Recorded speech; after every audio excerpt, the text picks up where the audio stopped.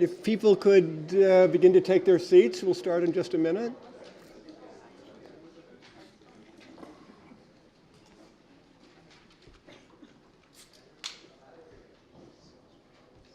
My name is Josh Ober. I'm a professor in the political science and the classics department, and it's my pleasure to be able to reintroduce Professor Richard Crouch, who is the Morrison Professor of Humanities at Northwestern University. President Tessier-Levine gave us an introduction to Professor Crouch's career last time, along with an introduction to the Tanner Lectures, so I'm not going to run through that. I thought I would take just a few minutes, though, to try to situate the work that is being done in these lectures in the larger project that, at least as I see it, Richard Crouch has been working on for some years. So Richard Crouch burst onto the scene, at least for me, with his 1984 book, Socrates and the State, which was on Plato's short but very important dialogue, the Crito. That was a dialogue that had, I think it's fair to say, been rather languishing in terms of attention from philosophers. And I think the reason that it was languishing was that Socrates' argument for the necessity of obedience to legitimate public authority in the form of the judgment of the Athenian court that had convicted Socrates of impiety and sentenced him to death appeared either obvious from the point of view of those who predicated public authority on the necessary obedience of the ruled, or fundamentally misguided from the point of view of those who supposed that resistance to state injustice is at least permitted and perhaps even required. Now, Richard reopened the debate on the Crito by showing that the core claim that is defended in the dialogue, that Socrates must either obey the laws or persuade them to be other than they are, was not an authoritarian argument, so it wasn't simply authoritarianism, nor, however, was it an anticipation of modern doctrines of legitimate civil disobedience. Rather, he argued, it was a compromise between a democratic state that could not exist over time without the expectation that laws will ordinarily be obeyed, and, on the other hand, citizens who must be able to challenge and to change the law. So this really opened up a whole field of study of the Crito, which has been a very active area of work in Plato studies ever since. So this relatively early work laid out the method that Richard has carried throughout his career. That is, reading ancient philosophical texts, especially those of Plato and Aristotle, with great care, interpreting those texts sympathetically but also critically. I highly recommend his outstanding work, his book on Aristotle in Oxford's Founders of Political Thought series, and then applying what he has learned from the ancient texts to moral, ethical, and political questions that remain central for analytic philosophy today. Among those problems, he has been especially concerned with goodness and the human good. His 1991 book on Aristotle, in some ways, I think, inaugurated the project that he has been continuing with for the last several years and continues in his Tanner Lectures. In that book, in Aristotle on the Human Good, he argued against the notion that for Aristotle, human well-being, eudaimonia, consisted in a maximally large aggregate of a variety of intrinsic goods. Rather, Crouch's Aristotle reduces human well-being to the human good, that is, the excellent, the virtuous activity of the rational soul. Now, in his next two groundbreaking books, Richard moved from the project of understanding Aristotle to constructing an Aristotelian, or perhaps a neo-Aristotelian account of the human good. In What is Good and Why? The Ethics of Well-Being, Richard argued that caring about the human good means attending to what is good for humans. So just as I can reasonably ask, what is good for my roses or my cat? And I may, if I'm thoughtful, formulate an answer that will be recognized as right by other gardeners or other cat owners.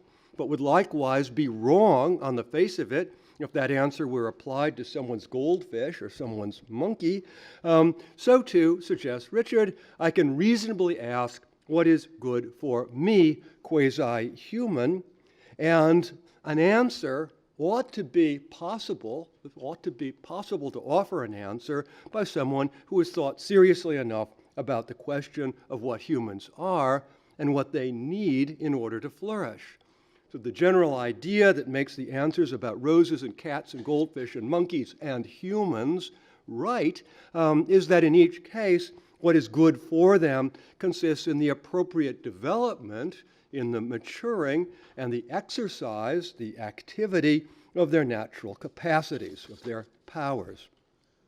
Well, that Aristotelian answer to the question of the human good, with its reference to observable activity and natural capacities, flew in the face of a very influential argument made by G.E. Moore, who claimed that the notion of good for is incoherent without reference to goodness full stop. So Richard took on Moore in his most recent book, Against Absolute Goodness, in which he argued that goodness is not a reason-giving property. Indeed, it may not exist. Even if absolute goodness does exist in some metaphysical sense, Richard suggests it's a mistake to seek to use it in order to identify what is good for us as humans. Indeed, doing so is likely to lead to harmful outcomes. We'll do better, Richard argues, to employ the kind of practical reasoning that Aristotle advocated as appropriate for the ethical and political domains in which the problem of what is good demands that we make a judgment and act upon that judgment. So yesterday, Richard continued the project of developing his neo-Aristotelian ethics by advocating a conscious and experiential basis for human well-being. His view depends on the distinctive richness of experience that is available to humans in the course of a life in which their capacity for reason is applied to a rich variety of, among other things, aesthetic and intellectual experiences. He defended that view against the claim that a very large quantity of undifferentiated and very basic pleasures, the sum of the experience of consumption of nourishment that might be available over the course of a life of a very long-lived oyster, could ever be equated, ever be equal to the goodness of a human life. So this morning he engaged in spirited debate and criticism and defense of his views with two outstanding philosophers, Rachel Barney and Tom Herka, both of the University of Toronto. And tomorrow the debate will continue with two further comments by the acclaimed New York University philosopher and novelist Rebecca Neuberger Goldstein, author of, among many other works, Plato at the Googleplex, appropriate for us in Silicon Valley, and the distinguished moral philosopher from Yale, Stephen Darwell. I take the opportunity to thank each of our commentators and to welcome Richard Kraut to deliver the second of his Tanner lectures on the topic Virtue and Experience. Richard Kraut.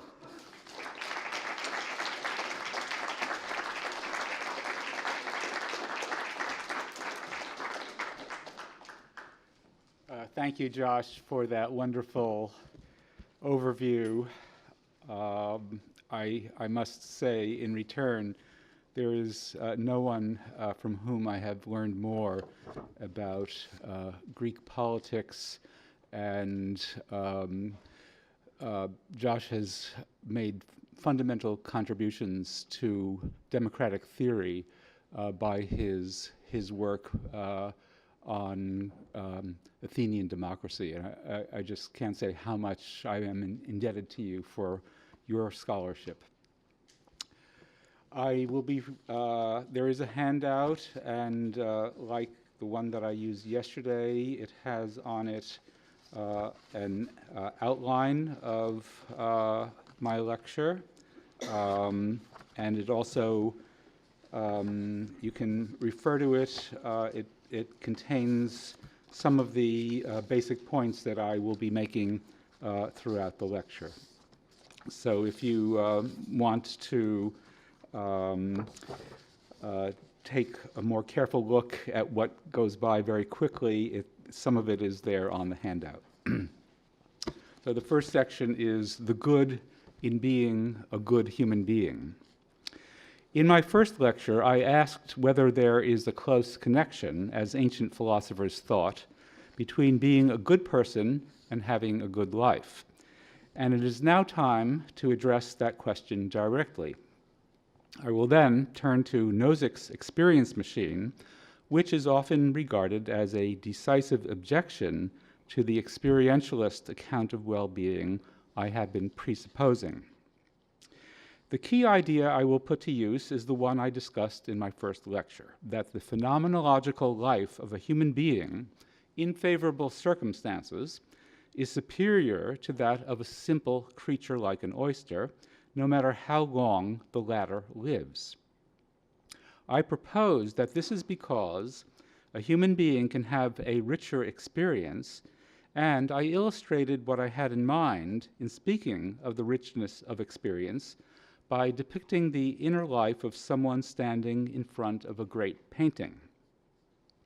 What I want to add now, in order to show a connection between being a good person and having a good life, is that just as a connoisseur of the arts takes a deep interest in the worlds of music, painting, or literature, and thereby enriches his life, so a good person takes a deep interest in his social world and thereby enriches his experiences of life. The arts enlarge our inner lives with their enormous variety and inexhaustible richness, engaging our senses, emotions, thoughts, desires, and imagination, and bringing us long-lasting pleasure. But our moral relationships with other human beings are no less complex. Responding to the norms, opportunities, and challenges of our social world engages all aspects of our consciousness, one element of which is the pleasure we take in our relationship with others. Nothing like this is available to an oyster, and that is one respect in which there is less good in its life. It might be objected that I have far too rosy a picture of moral experience and am overlooking the misery, injustice, and cruelty that ought to be on the mind of anyone who has a conscience and an awareness of the human situation. My response is that one of the virtues that constitute being a good person is the ability not to be crushed by one's knowledge of the evils and misfortunes of the social world, to do one's part in making some portion of it a better place, while finding and appreciating the goodness that is there. Rehearsing to oneself all of the sufferings of the world would by itself be no good for anyone. It would be self-destructive and of no use to others. It is a moral and prudential failure to let oneself sink into misanthropy, cynicism, or despair. It is also an error to see one's moral relations to others solely in terms of burdensome debts, obligations, and duties, a realm that is supposedly by its nature at odds with self-interest, happiness, and pleasure. True, in some circumstances, moral demands are burdensome. At an extreme, they can require tragic sacrifices. But to think of morality solely in these terms would be to oversimplify a highly variegated realm of our sociability. One might resist my conception of the prudential value of moral experience by saying that the superiority of human to oyster life lies solely in the aesthetic realm, in the beauties of music, art, literature, and the natural world. Or perhaps our superiority results from the joys of intellectual discovery, or the delicious and subtle flavors of what we eat and drink, or the thrills of athletic exuberance and grace. Anything but our moral relations with other human beings, according to this outlook. But anyone who insists that only aesthetic experience makes life worth living will have a hard time defending so narrow an outlook. So too will anyone who insists that only intellectual activity can redeem our lives, or only sports, or only food and drink. It would be no less implausible to say that all of these spheres, singly or combined, make human life better than oyster life, but that our moral engagement with other human beings, however pleasant and rich an experience it might be, does not. The moral experience of a good person is, as I have admitted, not uniformly agreeable. It is rather a complex interplay of positive and negative experiences, and the positive ones may be available only if they are related in complex ways to the negative ones. The idea can be illustrated by thinking of what someone is typically looking for when he undertakes a difficult physical task, say climbing the usual example is Mount Everest, but I'm told that Annapurna is more difficult, and so is K2. One knows in advance that this is going to be arduous and in many ways unpleasant. There will be pain, fatigue, cold, anxiety, and danger. But there will be no sense of accomplishment unless one's overall experience includes these negative elements as well. The goal is not simply to be at the top of the mountain, but to have a full mountain climbing experience that results in reaching the top and then safely returning. Similarly, what enables moral experience to have its emotional and intellectual depth is the fact that it is not a simple, unvariegated, and effortless pleasure. Moral growth is not a smooth, easy, uncomplicated path. It cannot take place unless one makes serious mistakes for which one feels a complex array of such emotions as remorse, guilt, and shame. Even when one reaches the stage at which one is more or less a good person and is rather skillful in one's responses to moral cues, one will sometimes be perplexed, disturbed, frustrated, and so on. But there will be deep satisfactions as well, and they would not be available were morality as simple a task as winning a game of checkers or solving an easy crossword puzzle. A further point about ethical life that should be kept in mind is that it does not inherently make other sorts of valuable activities inaccessible. It's not as though being a good person is inevitably so demanding of one's time that in developing such skills, one must forego developing any others, as if a good person could not also be a good musician, or a good athlete, or a good cook. Of course, that leaves open the possibility that in certain circumstances, a moral person will have to forego opportunities to engage in other valuable projects. I am not claiming that the advantage of having the consciousness of a moral person the advantages are inevitably so great that they will always outweigh whatever losses one must incur as a result of one's commitment to acting morally. It can happen, for example, that by cheating on an exam, a student is admitted to music school, displacing a student who did not cheat, and as a result, that dishonest student is able to live a rich and varied life full of musical accomplishment. That sort of example is an objection to rational egoism, but I'm not defending that doctrine. Whether a disposition counts as a virtue of character is partly a matter of how someone who has that trait interacts with other people, but it is also partly a matter of its effects on the person who has it. For example, the best kind of disposition to have with respect to anger is one that will bring anger to an end at an appropriate time. And this is true partly because the quality of one's experience of life diminishes when one is experiencing this emotion. To be justified in one's anger is to be justified in feeling the right amount of it for the right amount of time. How angry and for how long is partly, but only partly, explained by facts that justify one's anger. In many cases, anger should end, even though the facts that justified the anger to begin with remain facts. Your father thoughtlessly said something that hurt your feelings, and you were right to be angry, but only for a time.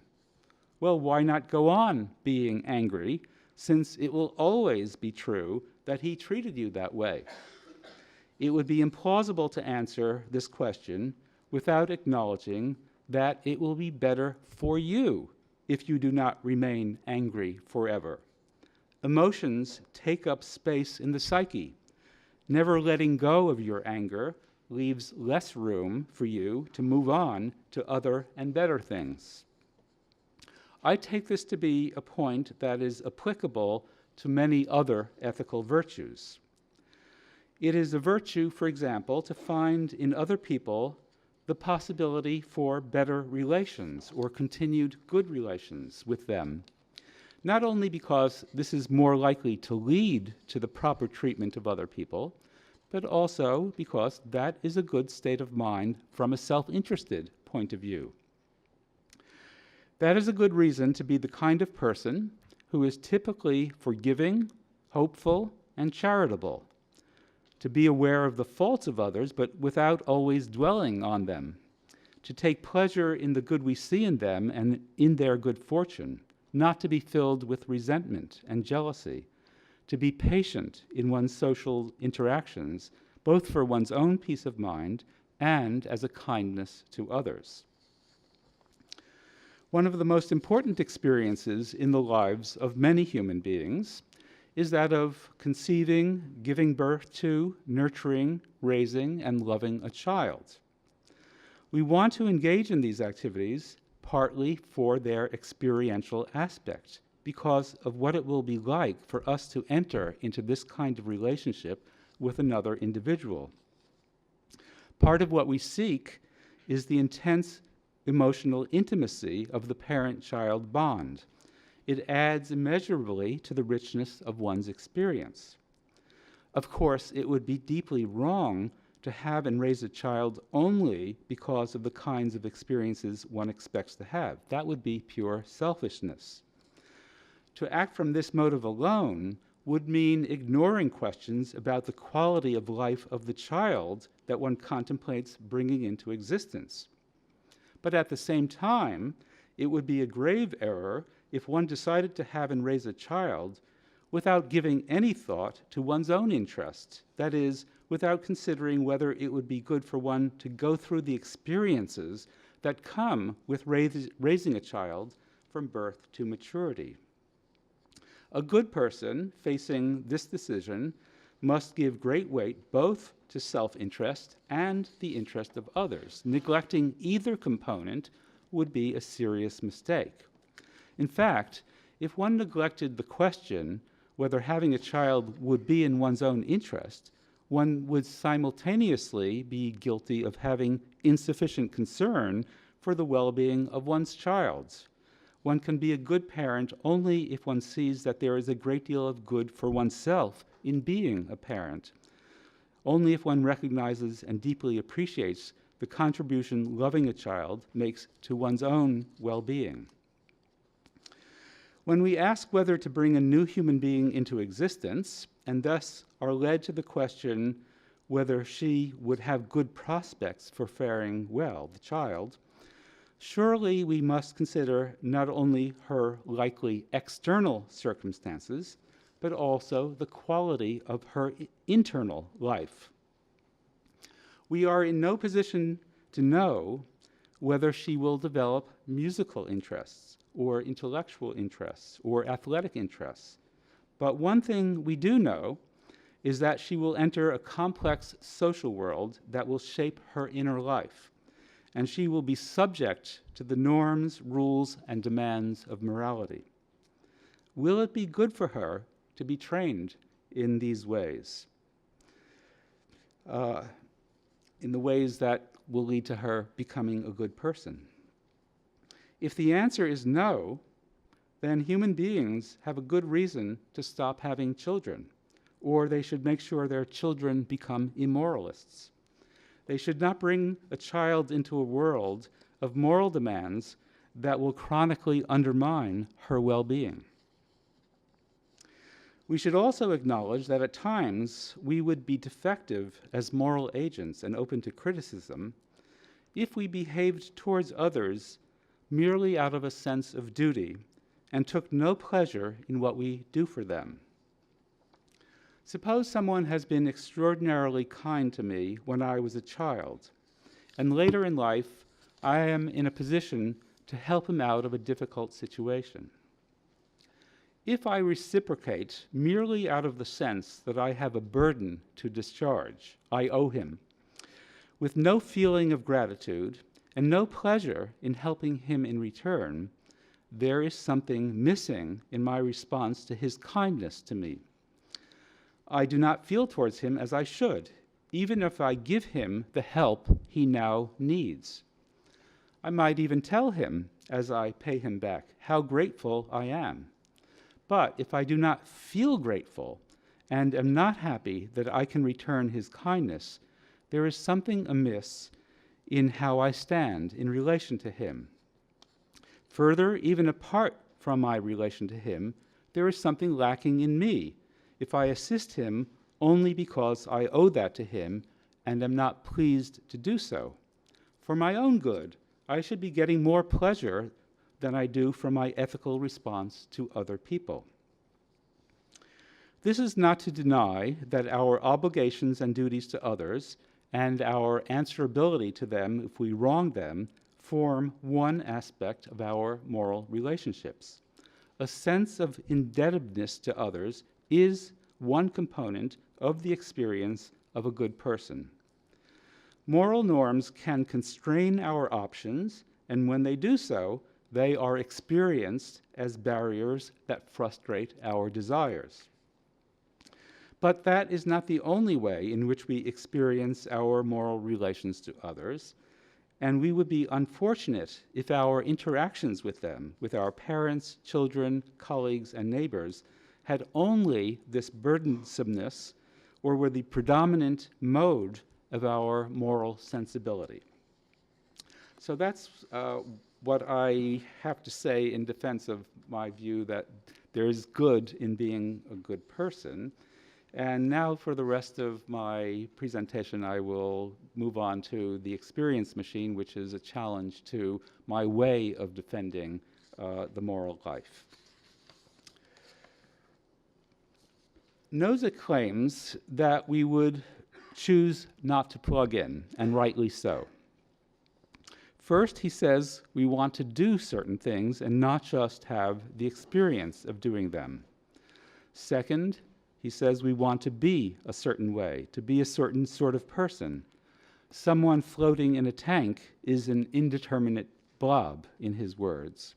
And third, plugging into an experience machine limits us to a man-made reality, to a world no deeper or more important than that which people can construct. There is no actual contact with any deeper reality. Well, Nozick would have to admit that some people have lives so filled with suffering and with so few prospects for improvement that for them, life in the machine would be an improvement. Better to be a brain in a vat, feeling nothing but bliss, than be subject to ongoing torture. Conversely, we should admit that at times, certain kinds of experiences can be had only by venturing out into the real world. If, for example, you want to know what marine life looks like several miles below the surface of the ocean, and that part of the world has not yet been observed by any human being, the only thing that will give you this experience is first-hand exploration. So the question to be asked is not whether one should plug into the machine. There is no general answer to that question. It depends on one's circumstances. Well, then what is the issue that merits discussion? It is Nozick's claim that however good one's experience inside the machine are, one would have a far superior life if those experiences were produced in the normal manner by contact with reality, even though the machine-induced and the reality-induced experiences are indistinguishable. Life lived in the real world is so much better than the experientially identical life lived in the machine that one should accept all the risks that attend life outside the machine rather than choose the safety guaranteed inside it. Let's begin with the obvious point that someone might choose to plug into the machine in order to have experiences that are largely or purely sensual. And as a result, her whole life might be somewhat like that of an oyster. Imagine a 3-year-old child who chooses to plug in because she wants an ongoing and uninterrupted experience of eating chocolate cake. In some respects, she is making an excellent choice. In real life, eating too much cake will make you sick. I don't think anything valuable would be missing from a neurally induced experience of eating chocolate cake simply because one was not actually eating anything, not moving one's mouth, not breaking up bits of food with one's teeth, not swallowing them, not digesting them. What we want from our encounter with real pieces of chocolate cake is just a sensory experience, not an action in which we move our mouths and fill our bellies. Nozick stipulates that after 2 years have passed, you will have 10 minutes or 10 hours out of the tank to select the experiences of your next 2 years. So we are to imagine our 3-year-old emerging at the age of 5 from the tank in which she was immersed. She now has to decide what experiences she will prescribe for the next 2 years. Suppose she chooses 2 years of the same experience, and then another 2 years, and so on. She has never experienced anything better than this, and so she sees no reason to vary or broaden her experience. But notice that the illusoriness of the child's chocolate cake experience plays no role in explaining the defectiveness of her choice. It is the narrowness of her experience that does all the work, not its being illusory. Someone whose life has only this one good feature, tasting day in and day out, and at all hours, real chocolate cake without ill effect, would have precisely the same deficit as a child who has nothing but these sensations through the mediation of an experience machine.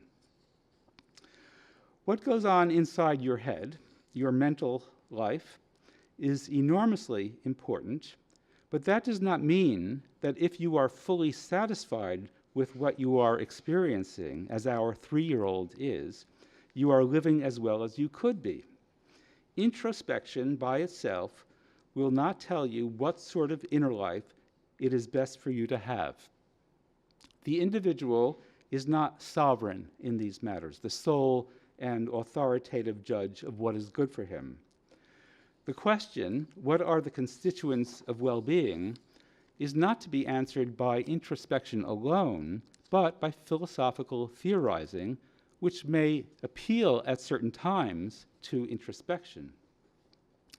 We can use McTaggart's error and our diagnosis of it as a test that must be met by an adequate conception of what is good for us. What explains the fact that human life at its best is superior to the life of his oyster, no matter how much pleasure the oyster has? The next section is called Music in the Experience Machine.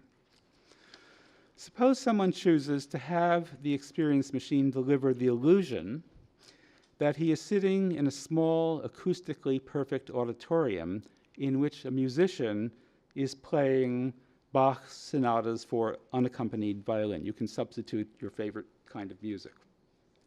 Each note and phrase sounds as though it were traveling through space and produced by a musician and her instrument. Each is utterly clear, vivid, expressive, and artful. In fact, no sounds are traveling across a room. It merely seems that way. Yet it would be implausible to suppose that the enjoyment of this illusory experience is a less valuable component of well-being than the phenomenally indistinguishable experience that is produced by a violin and musician. The music lover just described is no worse off because of the error he makes about the source of his musical experience. The same point applies to illusory experiences produced in a vat by human manipulation, in which one seems to be seeing beautiful landscapes. Those things that seem to be trees, sky, cloud are just as beautiful as the real thing, and the enjoyment of them is no less a good thing. So, Nozick's attitude towards the experience machine, with its insistence that a life connected to the real world is superior to a life devoted to the enjoyment of experiences artificially induced in us, seems to overlook or degrade the value of aesthetic experience. I will expand on that point and extend it to our enjoyment of literary fictions. A life dominated by the love of literature, I will argue, has many of the same features as a life lived within an experience machine. If Nozick's arguments lead to the conclusion that a life absorbed with fictional characters and stories is to be avoided, there must be something wrong with it. So I will come back to that idea in a while. The fourth section, reading an interesting book, two interpretations of Nozick. To make the experience machine initially appear attractive, Nozick notes that it could, his words, stimulate your brain so that you would think and feel you were writing a great novel, or making a friend, or reading an interesting book. Let's take this last example, reading an interesting book, and ask how we are to understand what it would be to have an illusory experience of this sort. It might involve having images of ourselves, as we sometimes do in dreams, opening a book, turning its pages, thinking to ourselves how interesting, and telling a friend who approaches us that he would enjoy it too. We would not take into our minds any words in the illusory book. We would just have a picture of ourselves reading it, as an external observer might. Now, which would be better for us? Really to take in the content of an interesting book, as we ordinarily do outside the experience machine? Here we are aware of words that convey meaning, and our encounter with those meanings is accompanied by a variety of emotional and intellectual reactions. Or, alternatively, to have the vague impression that we are reading such a book. Well, obviously, in this case, reality is superior to illusion. One doesn't get anything of value from a book if one merely has a dreamlike impression of reading it. But perhaps this does not give the experience machine as much power to simulate the experiences of real life as such a device can have. Let's assume instead that it can make us take in all the words of a book of our choice in their proper order, and that we would react to it with interest because our experience of it replicates our mental encounter with actual books. We would still be living in a grand illusion. The machine would make it seem as though we were sitting in a comfortable chair with the light on, holding and reading a book, but all the while we would just be floating in a tank, seeing nothing, and having no book in our hands. We would mistakenly take ourselves to be embodied in a library or study or cafe, but we would only have a brain and be located in some laboratory. Even so, one's experience would replicate the one we have when we really read a book, taking in words on a page or reading device as light reflected from them impinges on our eyes.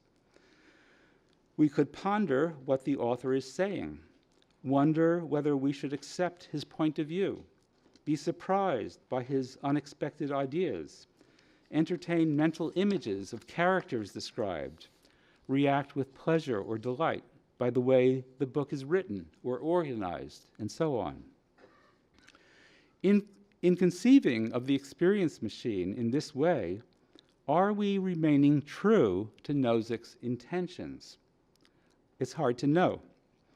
Interpreted in one way, what one experiences in the machine is confined to what is sensory in nature, along the lines of an oyster's pleasures, or tastes and smells as if of chocolate cake, or sounds as if made by a cello. One has pleasant experiences of one's choosing, but no sophisticated and active mental processes, no higher cognitions are possible. One could feel as though one were reading great literature, but that would be a dreamlike sensation. There would be cello-like sounds, but no grouping of them into meaningful form. There's a different reading according to which Nozick meant to use the experience machine as a way of revealing the greater value of a life in which we regularly and actively make choices that have consequences in a world that exists independently of us. In his thought experiment, the only real choices that take place are outside the machine. They are choices about which experience to have within it. Once you're inside the machine, you are not actually exerting any causal force on the world, although you think you are. That's why Nozick says that, quote, someone floating in a tank is an indeterminate blob. There is no answer to the question of what a person is like who has long been in the tank. So here he's assuming that moral character requires effective choice between real-world alternatives. And when I say effective, I mean having an effect in the real world. In the experience machine, one passively enjoys pre-selected experiences, but one does nothing in this loaded sense of doing, where doing must have causal consequences outside of oneself. That's why he says one is a mere blob. Although this second might be the better of the two interpretations, it is still difficult to believe that it is what Nozick had in mind.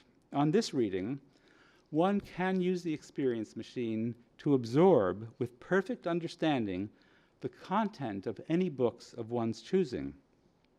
Admittedly, that content would be conveyed by the manipulation of one's brain by a neuroscientist and not by the act of reading words on a page. But this hardly matters. So understood, Nozick allows that one can learn, with the help of the experience machine, all there is to know about physics, the life sciences, history, and so on. Therefore, contrary to his intentions, one is not locked up in one's own mind. Rather, it is the real world, the world that exists independently of oneself and the neuroscientist, that one has full access to.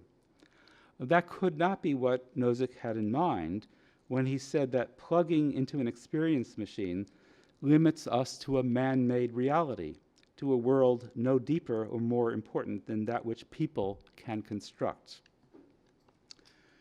Okay, I'm now going to come back in the next section, aesthetic appreciation, to the point that I began to make earlier. Whether or not this second interpretation is true to Nozick's intent, the interpretation according to which you can fully understand books, you just can't act on the world, it's full of philosophical interest, I think. What Nozick would be criticizing if we read him this way is the contemplative life. That is, a life in which one has thoughts, emotions, and sensations of whatever sophistication, variety, and agreeableness one likes, but in which one does not interact with any other human beings, and more generally lacks any causal efficacy upon the real things of the world. If the passive life of isolated contemplation is Nozick's target, he faces the objection that he fails to recognize the value of a life devoted to aesthetic appreciation, a life fully immersed in the fictive worlds constructed by the authors of great literary works. When you read, you are making minimal use of any part of your body beyond your brain. You might as well be detached from it. You're not trying to change the real world. You are not doing, that is, affecting anything. When you read works of fiction, as opposed to works of science, history, biography, and so on, you become emotionally engaged with and seek to understand characters and situations that are the products of an author's imagination and would not exist were it not for that author's creativity. There is nothing you can do to alter an already finished work of fiction. It has an effect on you, but not vice versa. While you are engaged with that work, you can be in total social isolation. But that's the kind of life that some very impressive people aspire to, and that many literature departments prepare people to live. The issue before us is how to think about the value of an engagement with fictional worlds. We love stories, even as children, and putting events into a narrative order may be crucial to our ability to navigate our social worlds. But for this purpose, we do not need fictional narratives of the sort produced by literary artists. Good biographers and historians also give us the pleasures of a good story well told, and they give us a deep understanding of things that really happened and people who really exist. Why bother, then, with the fantastical creations of writers of fiction? There is a sense in which they do not give us, to use Nozick's phrase, contact with reality. Even if it could be said truthfully that Madame Bovary exists, that is, that the fictional character of this name exists, she is still a fictive entity rather than a real human being who exists in space and time. What good does it do to spend one's time thinking about her when one could be learning about real people, people who exist in space and time? In reflecting on this question, we must steer clear of the Philistinism that Dickens clumsily satirizes in Hard Times through his depiction of Thomas Gradgrind, the educator who values nothing but facts. A conception of well-being that is forced to conclude that the arts or playful exercises of a child's imagination have no place, or at best a merely instrumental role in human life, would have no plausibility. Without composers, musicians, novelists, poets, playwrights, and painters, there would be fewer opportunities for us to enrich our experience to an extent that makes our existence immeasurably superior to that of McTaggart's oyster. So I think there must be something right about the so-called formalist approach to aesthetics set forth in the works of Oscar Wilde and other figures of the 19th and 20th century who defended art for art's sake. What should we learn from this movement? As a first step, we should acknowledge that great beauty and other important aesthetic virtues can be found in what came to be called absolute music, that is, music that is not programmatic, not about anything, but its own content. Some of the most treasured compositions of the Western canon fall into this category. No truths about our everyday lives can be learned by listening to them, but that does not demote them to an inferior order of art. In saying this, I am rejecting the thesis that's prominent in Schopenhauer and dating back to the Pythagoreans of antiquity, that music is valuable only because it reflects and reveals the true nature of the world. In Schopenhauer's case, it's futile striving. In the case of the Pythagoreans, it's mathematical proportion. As the experience of music lovers attest, what is valuable in absolute music is already there in the way it sounds to a trained ear. It need not be sought in something non-musical that lies behind it.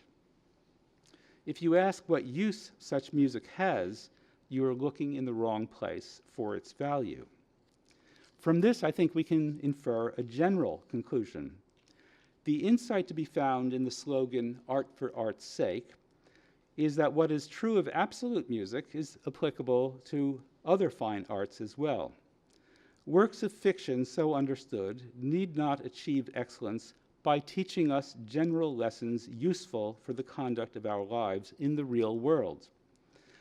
When they lack didactic value, that does not make them defective as works of art or to be avoided because they do not help us find our way among flesh and blood human beings. Well, that doesn't show that music ought not to be programmatic or that we should avoid novels that will shape our lives when we are not reading them. If a work of fiction teaches us, for example, what life was like in the trenches of World War I, that is a good reason to read it. We will learn something about the real world, and that's not a motive to be despised. A novel might also be more directly useful, for example, by describing an unfamiliar part of the world that we are about to visit. Authors have no reason to eschew works that offer readers these sorts of insights about reality. Similarly, it would not count against Beethoven's Ninth Symphony that it might inspire listeners to feel a sense of unity with all humankind. If it succeeds, all the greater its accomplishment.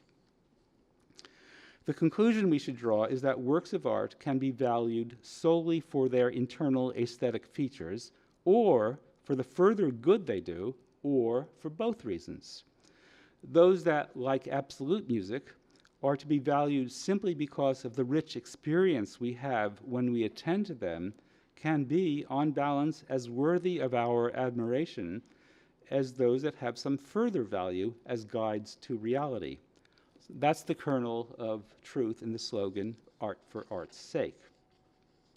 With this in mind, we can return to the experience machine. Absolute music can be fully appreciated inside the machine as outside. Other forms of artistic excellence can be appreciated in the way absolute music is, their value lying entirely in the works themselves and not in what they reveal about a further reality beyond them. Someone inside the machine whose experience is filled with the love of such works as these does not change the world or acquire knowledge of it. But it would be a form of Philistinism to hold that the life of such an individual would have little or no prudential value. So if Nozick's low assessment of the value of the experience machine entails that we should read only those books or listen only to that music that instructs us or prepares us to change the world, he is uncomfortably close to Dr. Gradgrind. So, final remarks. I must admit in my concluding remarks that my defense of an experientialist conception of well-being is far from complete. I have left aside the question of posthumous goods and the phenomenon of false friends who betray us behind our backs. But these do not strike me as compelling reasons to abandon experientialism. Admittedly, we want the world that we remain unaware of to go a certain way, and some of what we wish for pertains to ourselves. I don't want people to dance on my grave, and I don't want my friends to snicker about me, even if I suffer no ill consequences as a result. But it is impossible for the quality of my life to diminish once I am dead. We don't want injustice to be done to us, even if we do not suffer a loss of well-being as a result. Our desires regarding ourselves extend beyond desires for our good. Well, even if I'm wrong about that, and there are non-experiential components of well-being, there is a fallback position I can retreat to. Experientialism might be very close to the truth, even if it is not the whole truth. If there are non-experiential components of well-being, but any amount of them, however long-lasting, is inferior to a sufficient amount of experiential goods, then the falsity of experientialism would make little or no practical difference.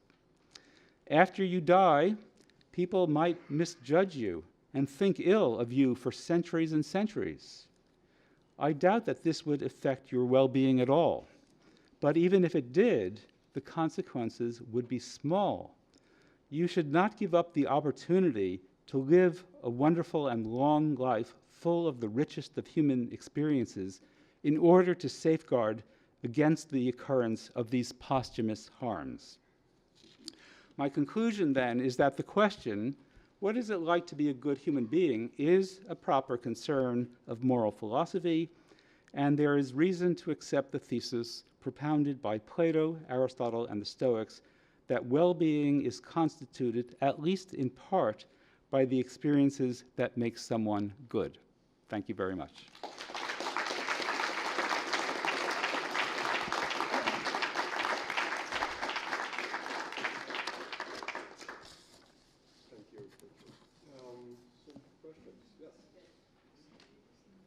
Thank you. Is this okay? So both Glenn Gould and Kurt Cobain are dead, and I want to suggest that there's a valuable aesthetic experience that is, in virtue of that fact, unavailable to us, and will never be available to us again. So they've both been recorded, audio and video. So we got that. Mm-hmm. And maybe in the future, there'll also be holograms Mm-hmm. of them playing. Mm-hmm. And maybe, some of the future people who will be born would actually think or be told that these are the actual people. Right. But they would be fooled into thinking that these Yes. are the actual Right. people. And when I listen to their recordings, I'm aware that this is a documentation of them playing. Right. And there's nothing that would replace their presence when they produce the music for Right. me. Good. Yeah. Yes, being present at a live performance has a very different quality from listening to what you know has already been done. So there is the experience of the interaction between you and the performer. And this is true not only of music, but theater as well. The actors on the stage, even though they don't talk to the audience, get a sense of what the audience is responding to. That's how it differs from film. And one of the wonderful things about being there is that sense of excitement. So that might be part of, or the beginnings of an answer to your question. There is something lost that we can't get back that live audiences could. But the point of difference would be that your way of explaining it would be an actual impossibility rather than Yes.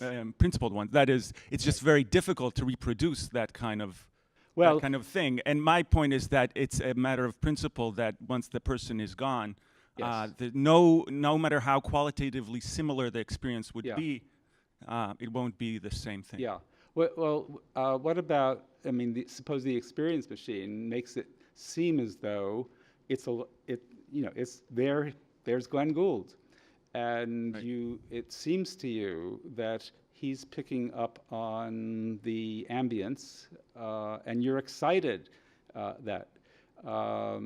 Your claim is that's still not the Right. same thing. I guess that relates to the point about betrayal. You can fool me, Yes. and you can do that very well, but Yeah. it would still be a different Yeah. thing. In Yeah. one case, I'd be fooled. In another, I wouldn't. Right. I don't think being fooled by itself is bad for us. So this is a very controversial Right. part of it.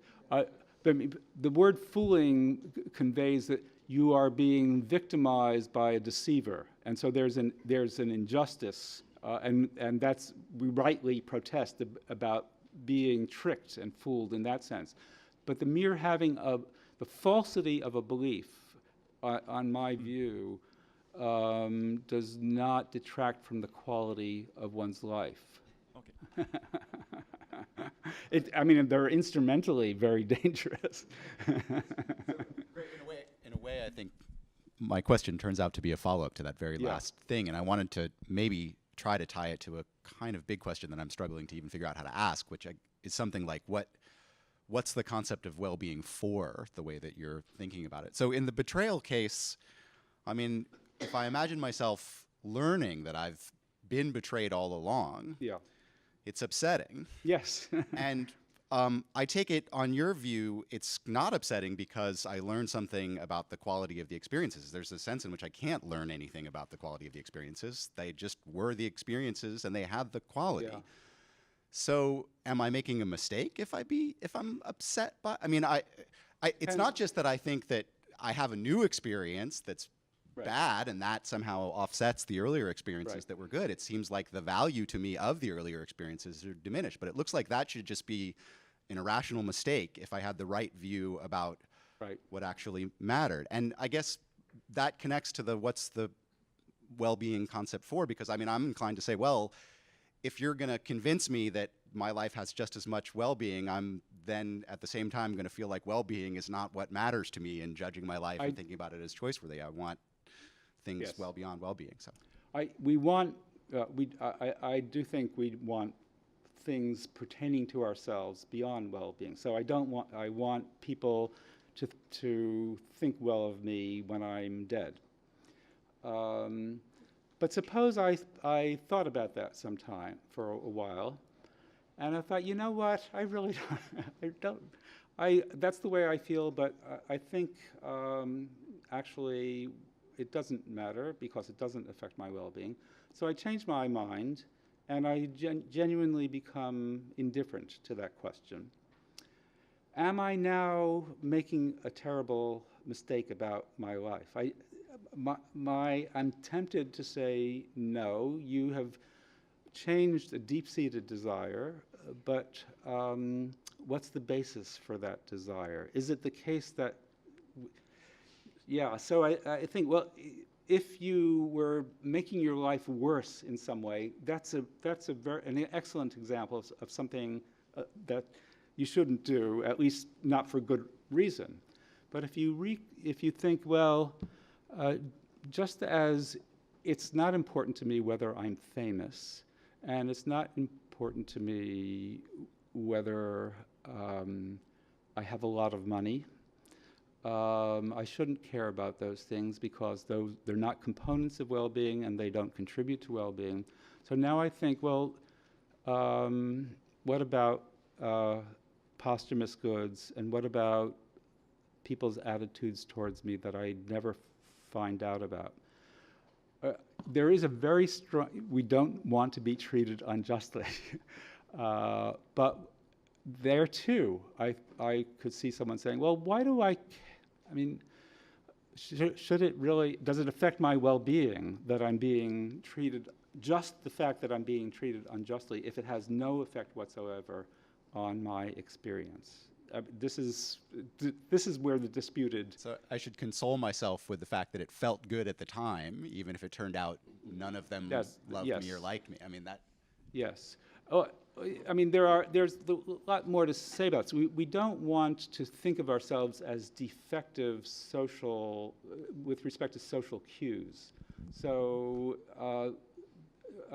what was I not picking up on is a legitimate question to ask. And it can so there is a correlation, at least, between the fact that other people are making fun of you and you never realize it, and a kind of social obtuseness, and that is a genuine problem. Yeah, case that came up both days was the painting. Yes. And I would have thought that that part of what I find satisfying about a satisfying experience of a painting is is that I'm making better and more connected and more accurate sense as I go of what's been sitting there before my eyes from the beginning. Right. I mean, and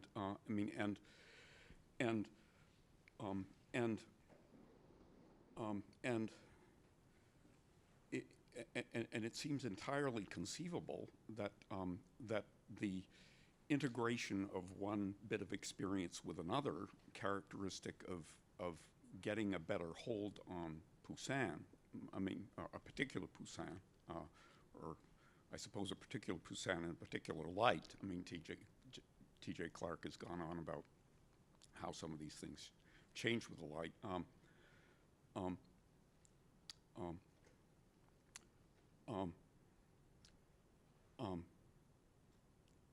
I could have the same I could have the same sequence of appearings. I mean, Yes. and trains of thought. I mean, when I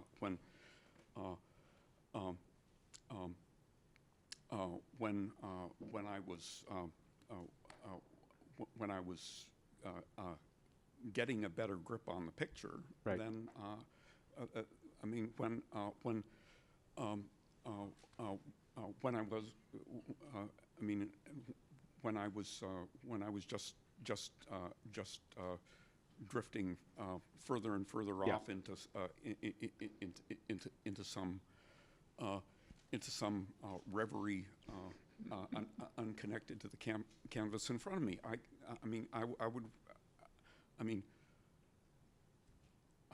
I would regard the second experience as a failure in a way that I wouldn't feel that way about the other. Now, the literary case might be a little special because because arguably a full enough description of the experience would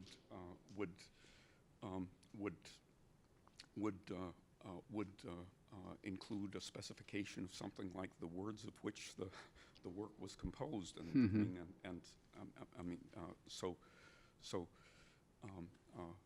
the cases might be different in that respect, but it seems to me that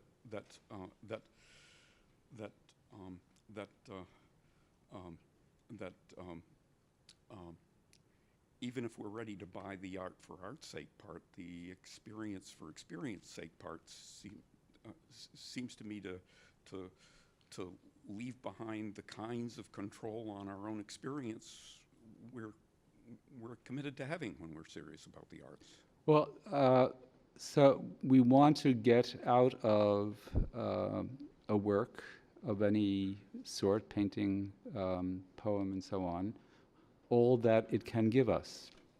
And so some works require, for that to happen, a lot of learning,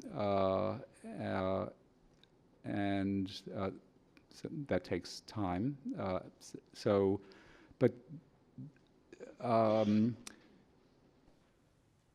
This, on one,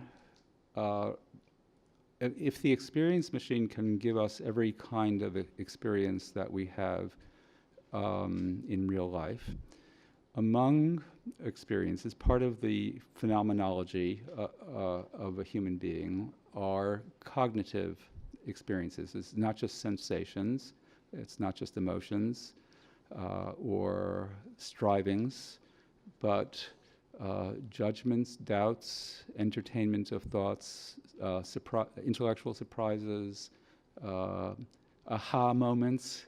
So there is cognitive experience, and part of what we strive for with some paintings, the deeper paintings that require a knowledge of the circumstances and the subject of the painting, but all of that is, I think, is available on the experience machine. If it's not available on the experience machine, then that just shows that the trouble with the experience machine is that it really cannot give us the experiences that we have in real life. So it's not that would not show that there's something deficient about experientialism. It would just show the experience machine is too weak an instrument to give us the experiences that are valuable in our lives.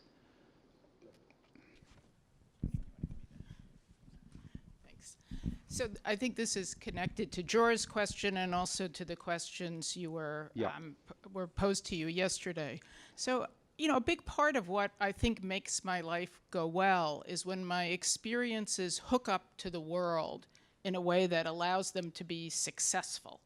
So it makes a difference to my, to my sense of what I'm doing, whether or not, if I give the lecture, people really succeed in understanding it, as opposed to I merely think they understand it.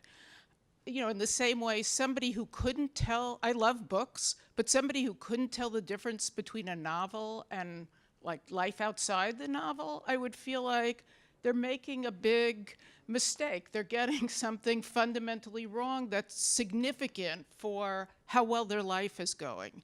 And I don't see in your view how this success condition of, you know, actually hooking on to the way the world is matters at all. And that just seems so unintuitive to think of that as irrelevant. You know, if it turns out I was really deluded about my country, that I, you know, was sacrificing myself for, it just seems like that matters. And to say, well, no, but your experience was the same as if you had been correct. So what's the problem? Seems like it's you're not getting enough information in your conception. It just seems like such a narrow conception of well-being then. Yeah, so it's a, you can, if you think of a good life as in part a life that benefits other people, and you're not in fact benefiting other people, then that diminishes the goodness of your life. I am striving to carve out a conception of what it is for something to be good for oneself that is conceptually different. It's a different concept from whether we actually succeed in our projects in the sense of having an effect on the world beyond ourselves. Is that good for me to be deluded? Sorry. Yes, but so we now come, I mean, delusion is a strong word. Is the falsity, when we look at someone's life, someone who has devoted himself to scientific discovery, Aristotle, for example, had a lot of false beliefs, but had a marvelous engagement with the world. He describes it himself, this sense of wonderment and the resolution of problems and the beauty of the world. None of those things can be denied to him, even though he had false theories about things. No one was trying to trick him. He failed in his effort to have a correct theory of a correct explanatory framework. I mean, not an utter failure. There are parts of his teleology that are still usable. Many of the facts that he got are actually correct, but there's still a lot of error. Similarly, we can say Hegel just got everything wrong. His philosophy is full of false statements. But the philosophical life, the value of it resides in something other than the correctness of belief or knowledge. So I'm pumping for something along those lines. I do think that, you know, a large part of it's very important to strive for truth. If we didn't do that, it would have very bad consequences. So I'm all for people feeling dissatisfied with themselves if they discovered that what they believed was false. But a lot of that is instrumentally valuable in order to really do good. A false medical theory is going to be a terrible thing because you're not actually going to be helping people. So that may not be enough for you, but that's all I have.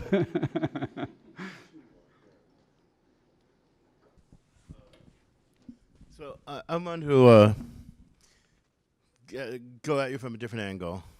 Let's grant, just for the sake of argument, that the goodness of a life has to do with pure interiority. But picking up on a question that Roy asked, and then pushing you into modernity a little more, thinking about, we'll start with Hamlet, who's supposed to redeem, his Denmark by his acts, but doesn't do anything but get a bunch of people, including himself, killed. But just before he does that, he says, "Come what may," right? I wasn't given reason to fuss in me unused when I'm not a beast, right? I wasn't given this wide scope, looking back, forward and back, just to do nothing. And here these guys are fighting over an eggshell, and I've got this huge thing. And then push forward even a little bit more. Camus saying of Sisyphus, must regard him as happy, right? He's doing this utterly futile thing. It's utterly depressing, but you must regard him as happy.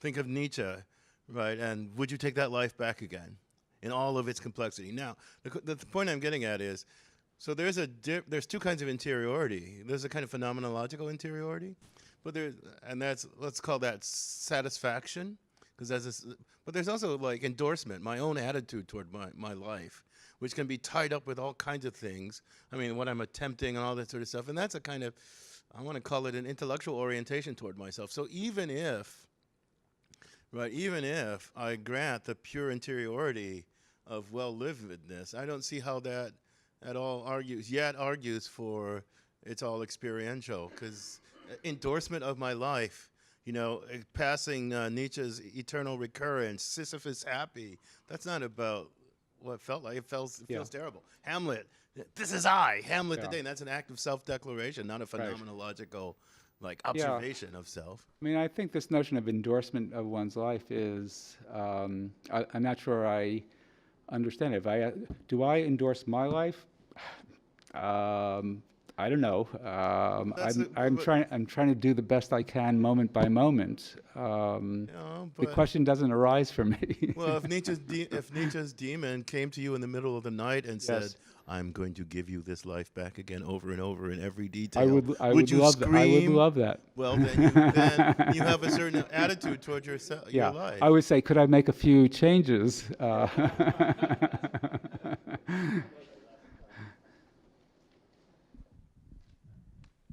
I want to ask a question of slightly different kind. When you were talking about the contemplative life and having aesthetic experience and kind of not doing anything to anybody or the world or anything. Now, let's think of this kind of literally instead of a machine. That contemplative life could be in a monastery where you're not interacting with the world. You're reading, you're praying, you're absorbing all this stuff. Right. On the other hand, you could be a reader of, say, Henry James, and you want to say, hey, to somebody, look at what I saw in Henry James. What do you think about this? And then you want to read a critic, and then you want to hear what someone else has to say. Yes. And you want to engage in a whole social world that is engaging with these texts together, in which case you are pushing back and forth. Yes. A different life than what you call the contemplative life. Right. Now, what does that have to do with your thesis about Yes. experience? Well, so you can have on the experience machine the experience of talking to other people about, you're in a book group. There you are. Not in the contemplative life. Yeah, but I mean, you actually cannot affect real people, but you have the experience as though you were engaged in very interesting conversations with other people. And that's nice to have that experience. And maybe you could have better to tell the neuroscientists, I don't want these very uninteresting discussions that I've been having so far. Please ramp it up. So that's the first thing that occurred. But I take your point that it's the common, what is quite common, since we are social creatures, is we isolate ourselves for a while, knowing that this will be enhanced because it's not going to be the only thing in our lives. We will have social engagement as well. But in the experience machine, that is another aspect of the experience one has, the engagement with other people. So yeah, I mean, you might say, look, this cannot be, there's no way of doing this on an experience machine. That would show the defect of it as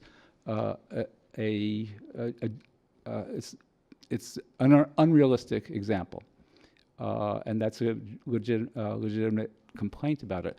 But then you cannot say, therefore, experientialism as a theory of well-being has been shown to be wrong. It just says there's no machine that could actually give you the kinds of experiences we have in real life. But it still could be the case that your well-being consists in those good experiences and just that.